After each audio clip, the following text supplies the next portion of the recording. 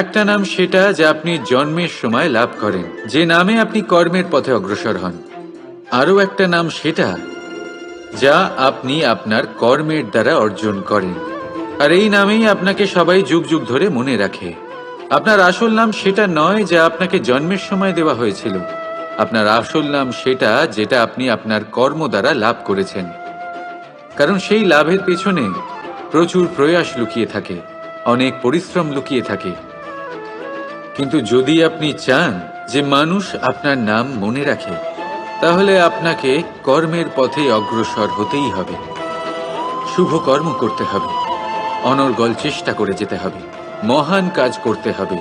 আর বিশ্বাস করুন, আপনি একটা মহান নামের ফল অবশ্যই লাভ করবেন।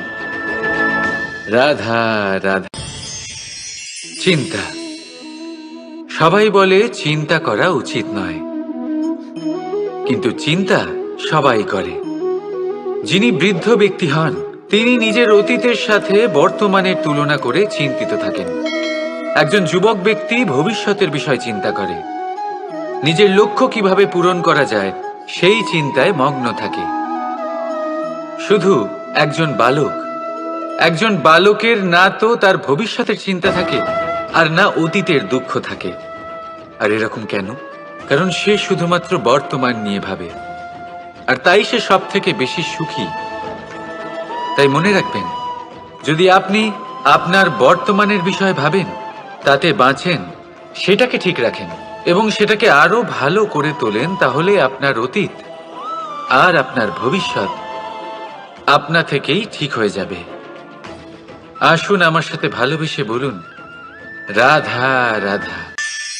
মানুষের কত রকম অনুভূতি হয়, কিন্তু সে সেটাই করে যেটা সে আজ অবধি করে এসেছে, আর এটাই তার সব থেকে বড় ভুল। আপনাকে যদি উদাহরণ দিই, তাহলে একটা গোয়ালা যে ছোটবেলা থেকে একটাই কাজ করেছে, গরুকে চড়িয়েছে, দুধ বের করেছে, সে সারা জীবন সেটাই পাবে, শুধু দুধ। কিন্তু ভেবে দেখুন, যখন এই দুধ কোনো ময়রার কাছে যায়, তখন সে সেটা দিয়ে মালপোয়া বানায়, মাখন বানায়, বিভিন্ন রকমের সুস্বাদু মিষ্টি বানায়, ঘি বানায়। সে বড় কিছু করে, তার বদলে সে বড় কিছু পায়। তাই মনে রাখবেন, যদি আপনি সেটা করেন যেটা আপনি সব সময় করে এসেছেন, তাহলে আপনি সেটাই পাবেন যা আপনি আজ পর্যন্ত পেয়ে এসেছেন। নতুন কিছু করার চেষ্টা করুন, আলাদা কিছু করার চেষ্টা করুন, নিজেকে বদলানোর চেষ্টা করুন, নিজেকে প্রস্তুত করুন, নতুন কিছু করুন। তাই মনে রাখবেন, যদি আপনি এমন কিছু করেন যা এর আগে কেউ কখনো করেনি, তাহলে আপনি এমন কিছু পাবেন যা এর আগে কেউ কখনো পায়নি। তাই নতুন উপায়, নতুন চেষ্টার দ্বারা নতুন কর্মের পালন করুন, নতুন চিন্তা নিজের ভেতরে জাগ্রত করুন, কারণ এই চিন্তাই সত্য হয়ে আপনার জীবনে আসবে। রাধা রাধা। যদি আমি আপনাকে জিজ্ঞেস করি যে এই সংসারে সব থেকে মাহাত্ম্যপূর্ণ বস্তু কি, তাহলে আপনি বলবেন জল। আর একদম ঠিক বলবেন। কিন্তু কোন কারণে? এই জন্য যে সে আমাদের জীবন দান করে, এই জন্য যে সে আমাদের তৃষ্ণা মেটায়, নাকি এই জন্য যে আমাদের দৈনিক কাজ থেকে শুরু করে আমাদের মৃত্যু অবধি কাজে আসে, সব কাজে আমাদের সাহায্য করে? না, এর পেছনে একটা কারণ হলো জলের প্রকৃতি। ভেবে দেখুন, সমুদ্রের এই জল সূর্যের তাপ সহ্য করে বাষ্পীভূত হয়, তারপর উপরে গিয়ে মেঘে পরিণত হয়, তারপর সেই মেঘ রূপে প্রবাহিত হয়ে কোনো পর্বতের সাথে ধাক্কা খেয়ে বর্ষা হয়ে এই পৃথিবীতে বর্ষিত হয়।